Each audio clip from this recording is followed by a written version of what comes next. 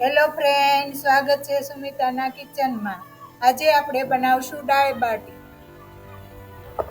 દાળ બાટીની દાળમાં આપણે 5 ભાતની દાળ લેવાની છે. એમાં મગની દાળ અને ચણાની દાળનું પ્રમાણે વધારે માત્રામાં લેવાનું હોય છે.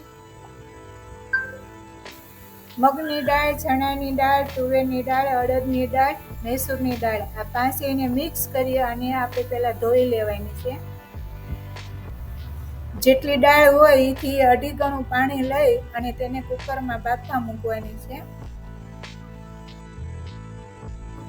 આ કુકરમાં આપણે દાળ બાફવા મૂકી છે. એમાં 1 ટીસ્પૂન હળદર અને 1.5 ટીસ્પૂન મીઠું નાખી અને આપણે બાફવા મૂકી દઈએ. દાળ બફાય ત્યાં સુધી આપણે બાટીની તૈયારી કરી લઈએ. 8 વ્યક્તિ માટે આપણે બનાવવાની છે, એટલે 20 બાટીનો ઘઉંનો કરકરો લોટ લેવાનો છે. સ્વાદ અનુસાર મીઠું, 2 સ્પૂન તલ, 1.5 સ્પૂન હળદર અને ઘીનું મોણ દેવાનું છે. આમાં થોડુંક મોણનું પ્રમાણ વધારે હોય છે. જો હાથમાં લોટ ભેગો કરવી તો ભેગો થઈ જવો જોઈએ, એટલું મોણ આપવાનું. થોડું હતપ થાય એટલું દૂધ ગરમ કરવાનું છે. હવે આ દૂધથી આપણે લોટ બાંધશું. લોટને ભાખરીના લોટ બાંધવી એથી થોડોક વધારે કડક રાખવાનો. હવે આપણે બાટી વાળી લઈશું. આપણે બધું દૂધ નહોતું ઉમેરી દીધું. હવે જેમ જરૂર પડે એમ દૂધ ઉમેરતું જવાનું છે. ગેસનું સ્ટેન્ડ કાઢી લેવાનું છે અને તેના ઉપર આપણે બાટી શેકવાનું કુકર આવે છે તે મૂકવાનું છે. હવે ગેસ શરૂ કરી દઈશું અને કુકરમાં આપણે બાટી શેકવા મૂકી દેવાની. બાટી શેકાય ત્યાં સુધી આપણે દાળના વઘારની તૈયારી કરી લઈશું.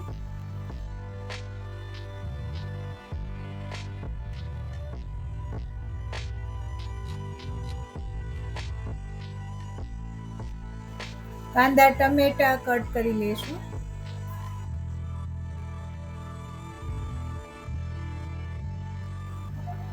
આદુ છીણી લેશું અને લસણને ક્રશ કરી લેવાનું છે. હવે આપણી દાળ સરસ બફાઈ ગઈ છે. હવે તેને હેન્ડ બ્લેન્ડરથી ક્રશ કરી લેવાની છે. તેમાં પાણી ઉમેરતું જવાનું છે ને ક્રશ કરી લેવાનું છે. આ આપણી દાળ ક્રશ થઈ ગઈ છે. બીજી બાજુ આપણી બાટી શેકાય છે, તેને ચેક કરી લેશું અને ફેરવી લેશું.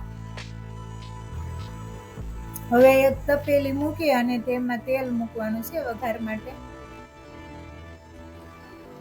તેલ ગરમ થઈ ગયું છે. એમાં રાઈ, જીરું, હિંગ નાખી અને ખડા મસાલા નાખવાના છે.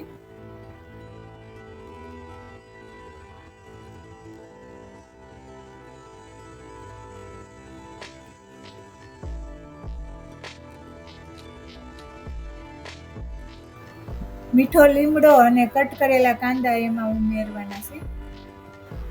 કાંદા સતળાઈ ગયા છે તો એમાં હવે ક્રશ કરેલા આદુ લસણ ઉમેરશું.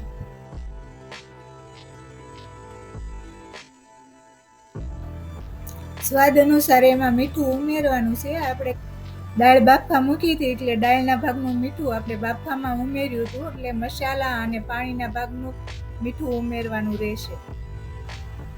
આ બધું સતળાઈ ગયું છે. હવે એમાં આપણે ટમેટા ઉમેરશું. ફેરવીને આપણે ધીમા આંચ ઉપર બાટીને શેકવાની છે. 3-4 ચમચી લાલ મરચું નાખશું.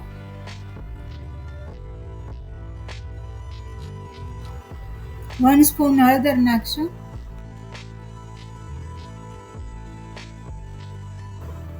1 ટેબલ સ્પૂન કટ કરેલું લીલું લસણ ઉમેરવાનું છે. આ બધા મસાલા હવે શેકાઈ ગયા છે. એમાં આપણે બાફેલી દાળ ઉમેરશું. એમાં 1 ટેબલ સ્પૂન ગોળ નાખવાનો છે. 1/2 ટીસ્પૂન ગરમ મસાલો, 2 ટીસ્પૂન ધાણા જીરું પાવડર અને લીલું લસણ કટ કરેલું, લીલા ધાણા કટ કરેલા અને લીંબુનો રસ ઉમેરશું. હવે આપણી આ દાળ રેડી છે અને આ બાજુ આપણી બાટી પણ રેડી થઈ ગઈ છે. હવે આપણે બાટીને એક વાસણમાં કાઢી લેશું. જો આ કેવી સરસ શેકાઈ ગઈ છે. મુઠ્ઠીમાં લેવી તોય સોળાઈ જાય છે. ઘી ગરમ કરી લીધું હતું, એમાં આપણે શેકેલી બાટીને બોળવાની છે.